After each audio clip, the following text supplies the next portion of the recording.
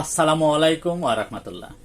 দেশের প্রধান প্রধান জাতীয় দৈনিক পত্রিকার আন্তর্জাতিক শিরোনামে যে খবরগুলো স্থান করে নিয়েছে তার মধ্যে শুরুতেই থাকছে রাশিয়াকে চাপে রাখতে ভারতের পণ্য শুল্ক বলে জানিয়েছে হোয়াইট হাউস। ভারতের পণ্য যুক্তরাষ্ট্র না নিলে রাশিয়ার দরজা খোলা। রুশ তেলের ক্রয় বাড়াচ্ছে চীন, কমাচ্ছে ভারত। গাজা সিটি দখলে আরো 60,000 রিজার্ভ সেনা ডেকেছে ইসরায়েল। একদিনে প্রায় 400 ত্রাণবাহী ট্রাক ঢুকল গাজায়। ইসরায়েল ফের হামলা চালালে নতুন ক্ষেপণাস্ত্র ব্যবহার করা হবে বলে জানিয়েছে ইরান। ইরানের প্রতিরক্ষামন্ত্রী বলেন, এখন আমাদের কাছে আরো উন্নত ক্ষমতার ক্ষেপণাস্ত্র রয়েছে এবং প্রয়োজনে তা শত্রুর বিরুদ্ধে ব্যবহার করা হবে। একাকিত্ব থেকে মুক্তির লক্ষ্যে দক্ষিণ কোরিয়ায় নতুন উদ্যোগ গ্রহণ।